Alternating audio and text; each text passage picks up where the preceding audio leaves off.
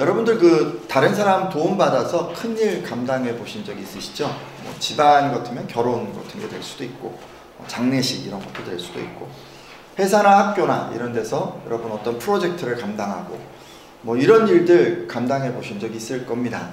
근데 이제 보통 이런 일들을 혼자서 하지는 않죠. 여러 사람들의 도움을 받습니다. 친구들의 도움을 받기도 하고, 은사의 도움을 받기도 하고, 여러 주변 사람들의 힘을 입어서 우리는 이런 일들을 감당을 합니다. 근데 여러분, 누구든지요, 이렇게 한번 큰일 감당하고 나면요, 주위 사람들부터 이제 칭찬을 받기 마련이죠. 자꾸 칭찬을 받으면 이제 어떤 생각이 드냐면, 나는 이런 큰일 잘 감당할 수 있는 사람이야 라고 스스로 생각하게 됩니다. 사실 자기 혼자 힘으로는 도저히 감당할 수 없는 일이었는데, 주변 사람들이 다 도와줘서 그렇게 잘 해낼 수 있었는데, 그냥 이런 식으로 생각하게 된다는 말이죠. 근데 문제는요, 이런 생각을 가진 사람들이 근거 없는 이제 자신감이 이렇게 탁 생기게 되면, 웬간한 작은 일들은 그냥 스스로 혼자 힘으로 다 할 수 있다고 생각하는 데 있습니다. 성경에도 이런 인물이 나오는데, 오늘 우리 함께 보는 그 여호수아가 이제 그런 실수를 하게 됩니다. 여호수아는 고대 근동 지방의 가장 견고한 성으로 알려져 있던 이 여리고성을 하나님의 능력으로, 하나님의 도우심으로 이렇게 점령하고 나서 주변 나라들에게 여호수아는 정말 대단한 장수야 라는 이런 칭찬을 듣게 됩니다. 그리고 이런 칭찬은 이 여호수아로 하여금 이런 하나님의 도움 없이도 나는 웬만한 이런 전쟁 정도는 치러낼 수 있어 라고 하는 그런 자신감을 갖게 만들었습니다. 근데 여러분, 이런 생각은 뭐 여호수아만 그렇게 된 건 아닌 것 같고요, 같이 전쟁을 치렀던 그런 이스라엘 사람들도 똑같이 이런 생각을 가졌던 것 같습니다. 이스라엘 군대의 기억 속에는요, 이 철옹성, 이 여리고성을 무너뜨린 어떤 감격이 생생하게 남아 있었습니다. 그들은 여호와의 능력이 임했을 때 두꺼운 성벽이 와르르 무너지는 것을 눈으로 똑똑히 보았습니다. 그래서 여러분, 지금 이스라엘 군대의 사기는 하늘을 찌를 듯 충천하였고, 또 그런 이스라엘 군대의 사기라면 세상의 어떤 대적도 단번에 무너뜨릴 수 있을 것만 같았습니다. 그래서였을까요? 지금 이스라엘 군대 이런 사기가 떨어지기 전에 이 여호수아는 서둘러 두 번째 목표를 정합니다. 여호수아는요, 가나안에서 이제 두 번째 공략의 목표로 여리고성에서 가장 가까운 곳에 있었던 이 아이성을 지명합니다. 그리고 여리고성을 점령할 때 그랬던 것처럼 이번에도 아이성에 정탐꾼을 보내게 됩니다. 아이성에 다녀온 정탐꾼들이 이렇게 말합니다. 장군, 아이성을 치기 위해서 모든 군대가 다 올라갈 필요는 없습니다. 그냥 우리 중에서 한 2,000명이나 3,000명 정도 되는 사람만 보내면은 충분히 공략할 수 있는 작은 성입니다 라고 이렇게 보고를 했습니다. 여호수아는요, 여리고성을 점령할 때 그랬던 것처럼 이번에도 이 정탐꾼들의 보고를 믿었습니다. 그리고 아이성을 치기 위해서 보고를 들은 대로 3,000명 정도의 군사를 보냈습니다. 당연히 승리할 것이라고 생각했던 이 전쟁에서 이들은 처참하게 패배하게 됩니다. 쉽게 승리할 거라고 생각해서 막 진격해 올라갔지만 아이성 사람들의 그 예상치 못한 공세 때문에 이스라엘 군대는 아이성의 그 성문 앞에서부터 뒤도 안 돌아보고 도망하는 그 굴욕을 당해야 했습니다. 그리고 이 과정에서 36명의 군사들이 비참한 죽임을 당했습니다. 여러분, 이렇게요, 가나안 땅에 들어와서 첫 패배를 맛본 후에 이스라엘 사람들은 엄청난 충격에 빠지게 됩니다. 이 패배로 백성들의 마음은 이 물같이 되어버렸다, 이 마음이 녹아서 물같이 되어버렸다라고 이렇게 이야기를 합니다. 여러분, 생각해보세요. 불과 얼마 전까지만 해도 하나님께서 요단강물 말리시고 이스라엘 백성을 건너게 하셨다라고 하는 소리를 지금 요단 서편 나라의 왕들이 듣고 그들의 마음이 녹아내렸는데, 지금은 완전히 반대의 상황이 된 것입니다. 상황이 이 지경에 이르게 되자 여호수아는요, 하나님 앞에 나가서 기도합니다. 근데 그냥 기도한 게 아니라 옷을 찢고 머리에 티끌을 막 던져서 뒤집어 쓰고 땅에 엎드려서 하루 온종일 그렇게 기도합니다. 여호수아는 그 패배의 아픈 마음을 하나님 앞에서 이렇게 표현한 것입니다. 그러자 하나님께서는 여호수아에게 그들이 패배할 수밖에 없었던 원인이 무엇인지를 알려주십니다. 여호수아 7장 1절에서 11절까지 말씀인데요. 여러분 같이 좀 읽어주시겠어요? 이스라엘이 범죄하여, 시작. 이스라엘이 범죄하여 내가 그들에게 명령한 나의 언약을 어겼으며 또한 그들이 온전히 바친 물건을 가져가고 도둑질하며 속이고 그것을 그들의 물건들 가운데 두었느니라. 그러므로 이스라엘 자손들이 그들의 원수 앞에 능히 맞서지 못하고 그들 앞에서 돌아섰나니 이는 그들도 온전히 바친 것이니라. 그 온전히 바친 물건을 너희 중에서 멸하지 아니하면 내가 다시 너희와 함께 있지 아니하리라. 아멘. 이스라엘이 패배한 이유를 하나님이 말씀하시는데 눈여겨볼 것은 뭐냐면 언약을 어기고 도둑질했다는 것입니다. 이게 지금 그 패배한 이유가 하나님의 것을 도둑질한 사람이 있었기 때문에 너희가 지금 패배했다라고 그렇게 말씀해 주셨습니다. 그래서 여러분 여호수아는요 이 사람이 누군지를 가려내려고 다음날 아침 일찍 일어납니다. 그리고 이스라엘 사람들 다 모아요. 그리고는 그 하나님의 말씀에 따라서 이제 제비를 뽑습니다. 뭐 어떤 식으로 뽑았는지 이제 잘 모르겠지만 그냥 이제 항아리 같은 데다가 일단 12지파의 이름을 다 집어넣고 이제 하나를 뽑았어요. 그랬더니 이제 유다 지파가 처음에 딱 뽑힌 거예요. 유다 지파에 이제 여러 족속들이 있었는데 족속들의 이름을 쭉 집어넣고 또 하나를 뽑았어요. 세라 족속이 뽑힌 거예요. 세라 족속 안에는 여러 가문들이 있었어요. 근데 그 가문들 가운데서 또 하나를 뽑았는데 삭디 가문이 뽑히고 그 가문에 여러 남자들이 있었는데 그 남자들의 이름을 넣고 또 뽑았는데 아간이 뽑히게 됩니다. 누가 뽑혔다고요? 아간이라는 사람이 뽑힌 거예요. 그러니까 이 사람이 죄인이다라고 이 제비에 의해서 하나님이 지명해 주신 것입니다. 이렇게 지명이 되자 아간은 그제서야 자기의 죄를 털어놓습니다. 그는 노력한 물건 중에서 시날산의 아름다운 외투 한 벌과 금 50세겔 그리고 은 200세겔을 자기가 가져다가 탐이 나서 뭐 이렇게 숨겨두었다라고 이렇게 이야기를 합니다. 그러자 여호수아와 또 이스라엘 사람들은요 아간과 그에게 속한 모든 아들과 딸들까지 다 붙잡아서 그가 훔친 외투, 금덩어리, 가축, 천막, 소유한 모든 물건을 다 끌고 나와서 아골골짜기라고 하는 곳으로 내려갑니다. 그리고 그곳에서 하나님의 말씀에 따라 아간과 그에게 속한 모든 사람들을 돌로 쳐 죽이고 그리고 불사르게 됩니다. 여러분 이렇게 죄인을 심판하고 나서야 비로소 이스라엘을 향한 하나님의 진노가 그치게 되는데요. 여러분 앞선 내용을 참조해 보잖아요. 그러면 여리고성 전쟁 치르기 전에 하나님께서는 여리고 사람들의 그 물건에 손을 대지 말라고 이렇게 말씀하셨었습니다. 여리고 전쟁 참 의미 있는 전쟁 아닙니까? 그 가나안에 가서 첫 번째 치르는 그 전쟁이었어요. 근데 이 전쟁이 하나님의 임재에 의한 그 승리였기 때문에 하나님께서는 여리고에 속한 모든 것들을 가나안 정복 전쟁의 첫 열매로 바치라고 명령을 하셨습니다. 그러니까 첫 전쟁을 치르면서 거기서 얻은 것은 다 하나님의 것이다라고 인정하고 다 하나님께 바치라라고 이렇게 말씀하신 것입니다. 따라서 이스라엘 사람들은요 이 명령에 따라서 사람과 가축은 다 죽였고 그리고 금과 은과 동과 철 기구들은 따로 구별해서 여호와의 집 곳간에 들여놓아야 했습니다. 가나안에서 이 첫 전쟁이었던 여리고성 전쟁에서 이스라엘은 자신들이 승리한 대가로 뭐 전리품을 다 가져가는 그런 것이 아니라 하나님께서 승리한 대가로 모든 전리품을 그분께 바쳐야 했던 것입니다.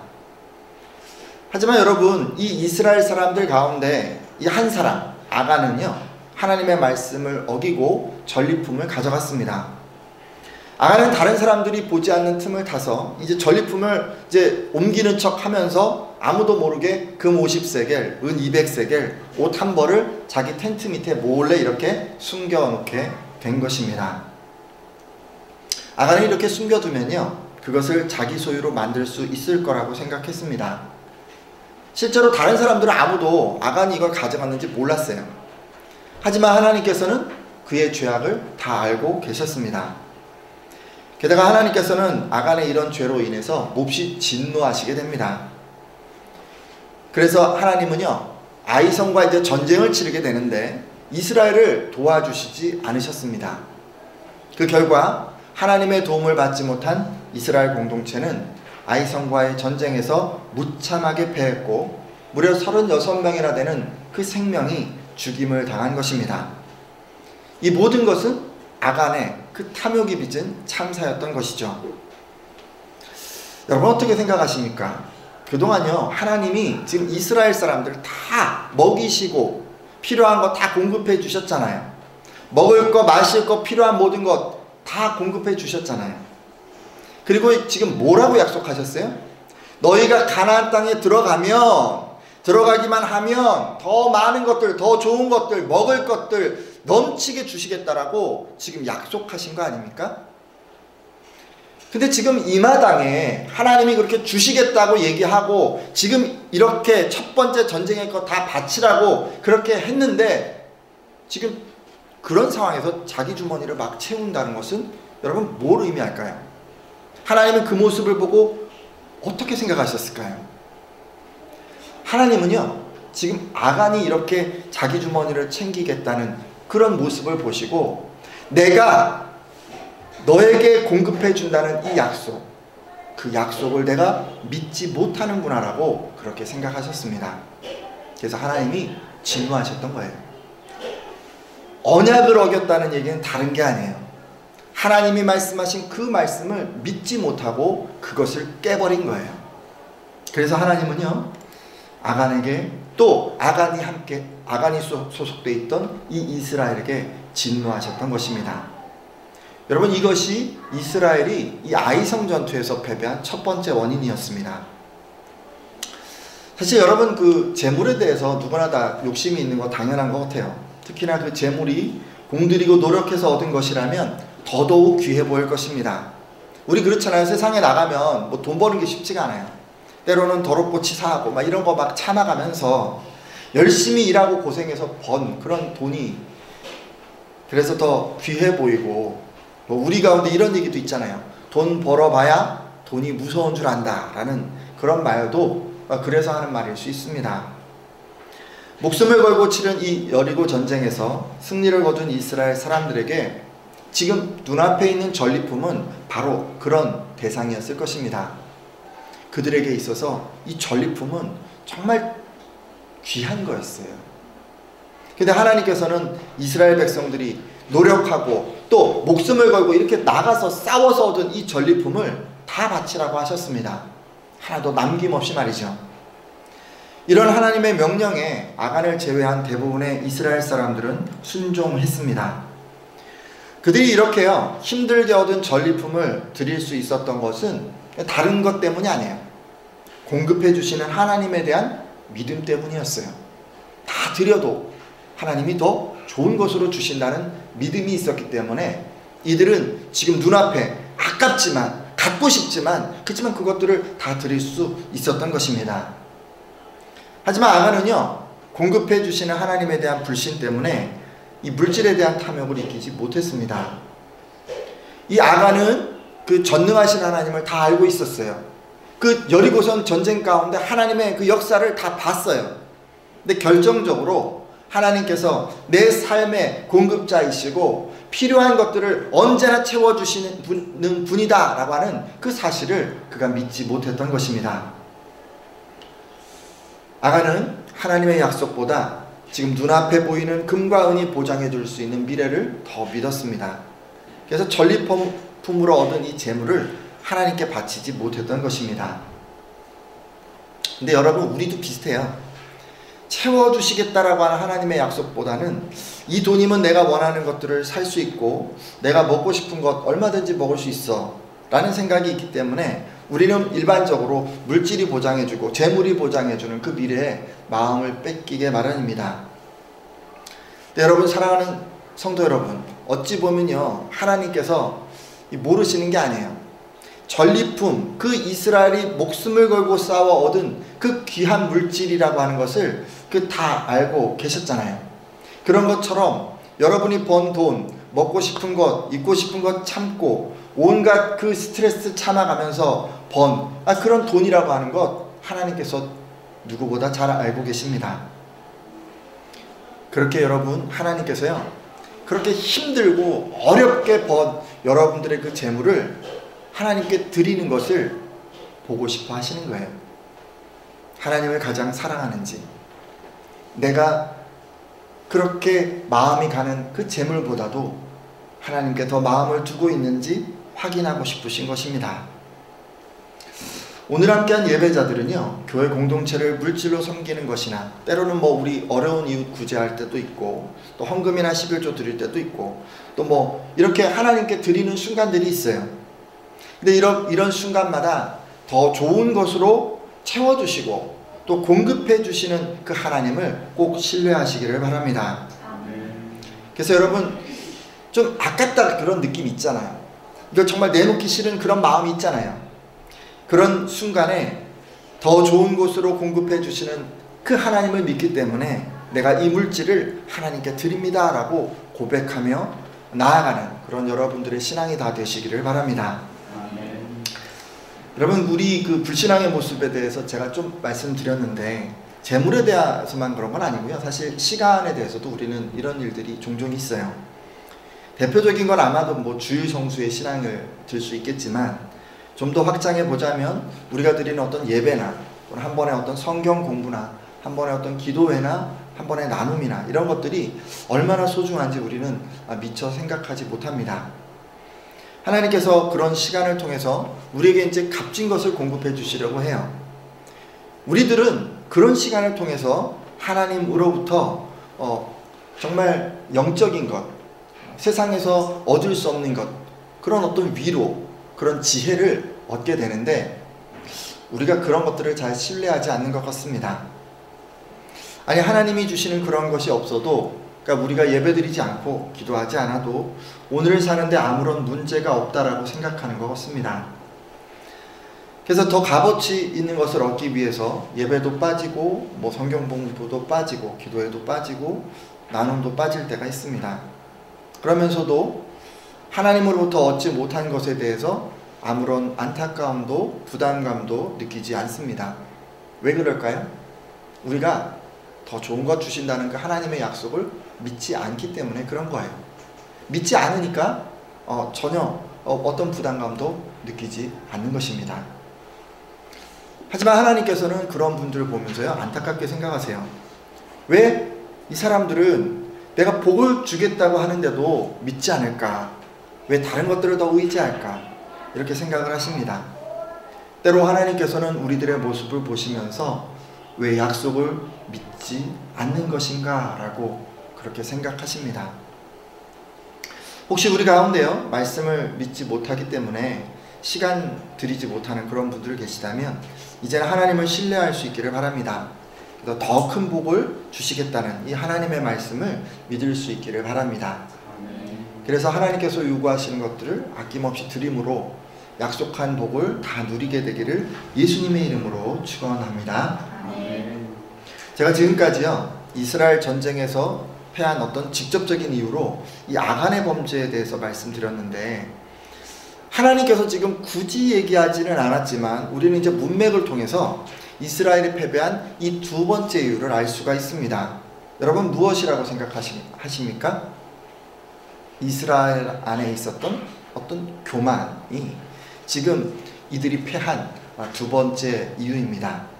그러니까 경험을 믿고 하나님께 나가서 묻지 않은 것이 이들이 패한 두 번째 이유인 것이죠. 이스라엘 정탐꾼들이 이제 돌아와서 했던 그 보고 내용을 한번 보도록 하겠습니다. 여호수아 7장 3절 내용인데요. 다시 볼까요? 여호수아에게로 돌아와. 한번 읽어주시겠어요? 시작. 여호수아에게로 돌아와 그에게 이르되 백성을 다 올라가게 하지 말고 2,000-3,000명만 올라가서 아이를 치게 하소서. 그들은 소수이니 모든 백성을 그리로 보내어 수고롭게 하지 마소서 하므로. 아멘. 정탐꾼들이 아이성을 딱 갔다 왔는데 한번 휘 둘러보고는 이들이 이제 한 2,000명, 3,000명 정도만 가도 충분히 공략할 수 있다라고 이렇게 생각을 했습니다. 근데 여러분, 아이성에 남자와 여자 인원을 다 합하면 몇 명 정도 되는지 아세요? 12,000명이었어요. 12,000명이나 되는 성인이 있는데 거기를 그냥 2,000~3,000명 올라가서 공략하겠다고 했기 때문에 이게 도대체 얼마나 말이 안 되는 얘기인지 알 수가 있죠. 이들은 지금 자기 능력을 과대평가하고 상대방의 능력을 과소평가했습니다. 근데 이렇게 이야기하는 이 정탐꾼들의 얘기를 여호수아가 고지고대로 다 들었어요. 그러니까 여호수아도 이스라엘과 별반 다르지 않았던 거예요. 그는 아이성 전투에 대해서 하나님께 묻지 않았습니다. 여호수아는 여리고성 전쟁에서 익히게 된 그 방법대로 정탐꾼 보내고 그들의 말을 듣습니다. 여러분, 한마디로 지금 여호와 어떻게 하고 있는 거예요? 여호수아? 자기가 이미 얻게 된 어떤 전쟁 경험을 사용해서 똑같이 지금 하고 있는 거 아닙니까? 이스라엘이 가졌던 교만은 다른 것이 아닙니다. 자기 경험을 의지하기 때문에 하나님께 묻지 않는 것입니다. 여러분, 우리말로 하자면 이런 거예요. 기도하지 않는 거예요. 기도하지 않는 거예요. 만일 여호수아가 아이성 전투를 앞두고 하나님께 물었더라면 하나님께서는 그들 안에 죄가 있음을 지적해 주셨을 것입니다. 그래서 36명, 이 아까운 생명이 전사하지 않도록 그렇게 이끌어 주셨을 것입니다. 하지만 여러분, 여호수아가 지금 자기 경험을 의지하는 가운데 하나님께 나아가 묻지 않았기 때문에 이스라엘은 아간의 죄로 인해서 처절한 패배를 맛보게 된 것입니다. 이와 마찬가지로 오늘날 살아가는 그리스도인들이 기도하지 않는 것은 교만 때문입니다. 우리가 교만하기 때문에 우리는 기도하지 않는 거예요. 내가 가진 경험과 내가 가진 판단으로도 충분하다라고 생각하기 때문에 하나님께 묻지 않는 것입니다. 내가 길을 알고 있고 내가 무엇을 해야 되는지 목표를 알고 있고 내가 무엇을 해야 될지 다 알고 있어. 그래서 하나님께 물을 필요가 없다라고 스스로 생각하고 있는 것이죠. 기도하지 않고 살아가는 그리스도인들의 가장 흔한 변명은 시간이 없다는 것입니다. 잠깐이나마 기도할 시간도 없고 무릎 꿇고 기도할 시간은 더더욱 나지 않는다고 흔히들 이야기합니다. 여러분, 정말 그럴까요? 우리가 기도할 시간을 내지 않는 것은 아닐까요? 뻔한 하루하루 일상, 굳이 뭐 그렇게까지 기도할 필요가 있을까라고 이렇게 생각을 하니까 기도는 시간 나면, 시간이 남으면 해야 하는 것으로 이렇게 생각해 버리는 것은 아닙니까? 여호수아 경우도 한번 들여다보세요. 정말 사람마다 기도하지 않는 이유가 바빠서가 아니라, 기도할 시간이 없어서가 아니라 기도할 필요가 없다고 생각하기 때문은 아닐까요? 여러분, 사람들이요, 교만해지게 되면, 스스로 할 수 있다고 생각하게 되면 시간 나도 절대로 기도하지 않습니다. 시간 나면 뭐 할까요? TV도 보고, 여러분, 한 달에 단 한 번 하나님 앞에 무릎 꿇기 힘든 분들도 매달 영화 한 편을 꼭 챙겨보게 되고, 눈코 뜰 새 없이 바빠서 기도를 못하지만 네이버에는 매일매일 들어가서 뉴스를 검색합니다. 요즘 핫 이슈가 뭔가요? 송성 커플 결혼 아닌가요? 근데 그런 뉴스는 다 챙겨보는 거죠. 여러분, 이런 분들은요, 즉 기도할 수 없는 게 아니에요. 기도의 필요를 느끼지 못해서, 그래서 기도하지 않는 것입니다. 성도 여러분, 이제는요, 스스로 무엇이든 할 수 있다는 이 교만을 우리가 벗어버리고 하나님께서 함께 해야만 내가 무엇이든 감당할 수 있다라고 인정하는 이런 겸손의 자리로 우리가 내려갔으면 합니다. 기도는요, 내가 감당이 안 되는 일이 닥쳤을 때만, 그리고 급할 때만 이렇게 속성으로 하는 게 아닙니다. 여러분이 믿지 않는 사람들과 어울려 살아가는 동안 이 세상에서 치르는 모든 영적 전쟁 중에서 늘 항상 매사에 해야 하는 것입니다. 여러분, 그래야 부지불식간에 여러분 넘어지는 것을 면할 수 있습니다. 그래서 하나님께서 우리에게 그렇게 얘기하시잖아요. 쉬지 말고 기도하라. 믿으십니까? 한번 보세요. 여호수아도 기도하지 않았기 때문에 이렇게 비참한 그런 전쟁에서 패배하지 않았습니까? 우리도 그렇게 될 수 있어요. 여호수아가 기도하지 않을 때 하나님께서요 미리 위협을 알려주신 게 아니에요. 그냥 놔뒀어요. 그리고 전쟁에서 패배하도록 만들었어요. 그리고 36명의 전사자를 보도록 그렇게 그냥 놔두셨어요. 기도하지 않았기 때문에 여호수아는 단번에 끝낼 수 있는 이 전쟁을 훨씬 더 많은 시간, 훨씬 더 많은 고통을 치르면서 그렇게 이것들을 치러내야만 했습니다. 왜냐하면 하나님께서 기도를 통해서 크고 비밀한 일을 가르쳐 주시기 때문입니다.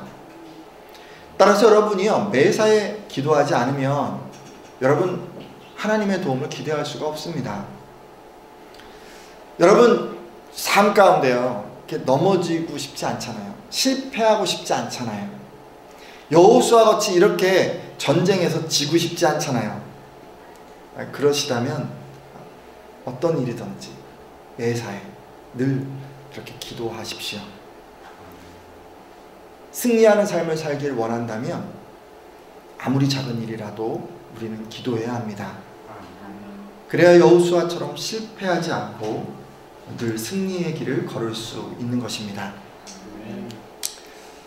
기도해야지 라고 이제 우리가 이제 결단을 수도 없이 하는데 사실 기도의 시간 갖는 게 쉽지가 않습니다. 정기적으로 개인적인 공간을 활용할 수 있는 사람들이 또 뭐 골방에 들어갈 수 있는 사람들 뭐 얼마나 되겠습니까? 따라서 여러분 기도하시려면요 뭐 개인적으로 뭐 내기 힘든 그런 분들 며칠 해보고 안 되잖아요.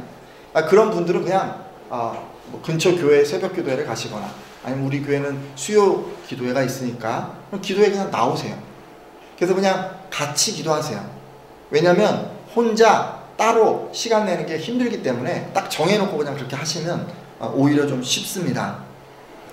바쁜 주중 시간에 이 저녁 시간에 이렇게 시간 내는 게 참 힘든 일인 거라 합니다.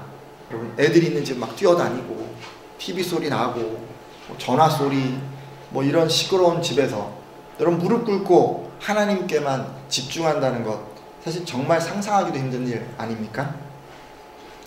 여러분의 삶에 기도가 끊이지 않게 하기 위해서 주중에 하루라도 하나님 앞에 온전히 집중해서 기도할 수 있는 이 한두 시간을 확보하셨으면 합니다. 뭐 수요일이 안 되면 평일날 이렇게 시간 되실 때 이렇게 와서 좀 기도하세요.